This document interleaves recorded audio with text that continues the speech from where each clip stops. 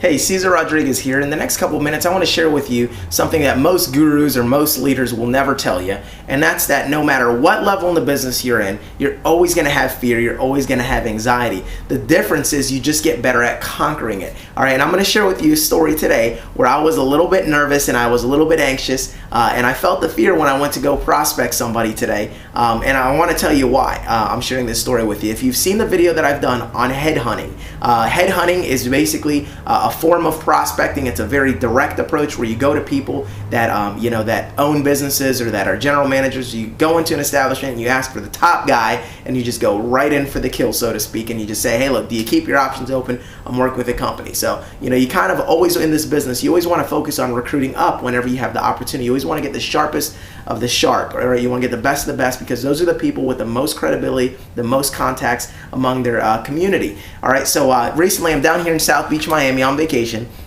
and I walk in this restaurant, and it's a place called Jerry's. It's the biggest, probably most popular diner here in the area slash restaurant. So I walk in there, and I get phenomenal service from the waiter, and I ask him, in true form, trying to practice what I preach. I said, something, I talk about headhunting. I got to make sure that I'm doing and practicing what I preach at all times. So let me find out who the top guy is here and try and introduce myself and ask him if he keeps his options open. So the waiter points me over to a gentleman. He goes, well, that guy is the head guy here. He's the general manager. That's as high as you go because the owners are never here.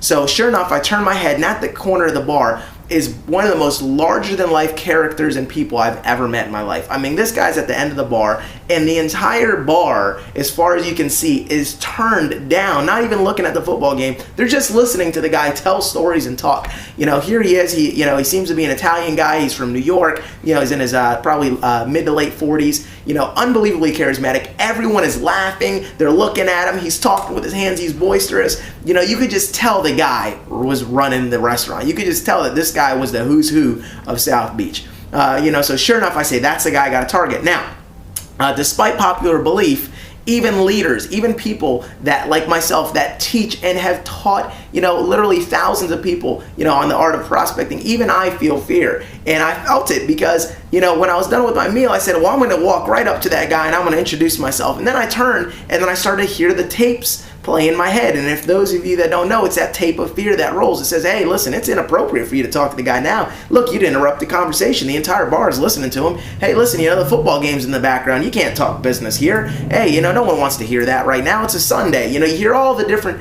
voices going on in your head saying, listen, it's inappropriate. Come back tomorrow. You'll probably see him. If he's here today, he'll be here tomorrow. Come get him another time. All of those voices, look, don't do it now. He's probably not going to be interested. He's probably heard of prepaid legal, or your business, and he's not going to be interested. Don't even bother. It's a waste of time. You'll embarrass yourself. So I hear all of those voices. I'm here to tell you, all right, even the pros hear the voices too. I know when you see a prospect, you get that twinge of anxiety, but something, it goes from being a very dominating emotion to, eventually dimming down to a twinge, but it still plays very loudly. So my other side is trying to talk me into it, saying, no, this is ridiculous. Listen, go up to the guy, interrupt him. It's okay. No one's going to get shot here. It's going to be all right. What if he was the one?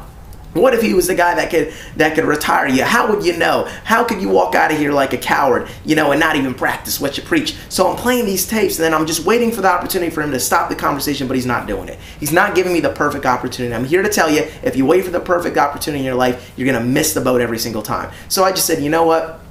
I sucked it up, I bit the bullet, and I walked right over to the guy, stood next to him as he's sitting on his chair in the middle of a conversation, engaging the entire bar, and I just kind of waited for him, and he turned his head, because he could tell I was waiting to talk to him, and I just said, hey, listen, I just wanted to ask you a question, or I just wanted to bring something to your attention. The waiter over there that served on me was absolutely phenomenal. Big tip in headhunting, always compliment anyone that did service to you. He popped up out of his chair, told everyone to hold on, and he said, who was the guy? I want to reward him.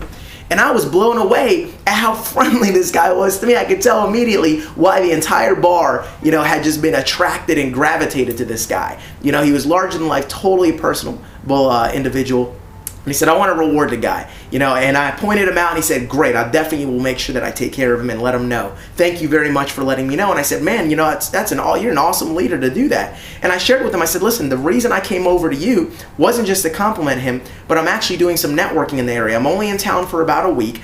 and I'm working with a company that's in the middle of launching this major project in this area, and I'm actually trying to network with the who's who of the area, looking for the hitters and the players, you know. And now obviously you running this place, I wanted to, you know, definitely stay in touch and kind of chat with you, let you know what it is that we got going on. The guy reaches into his pocket as fast as you can imagine. He goes, "Oh man, really? I definitely want to hear about it."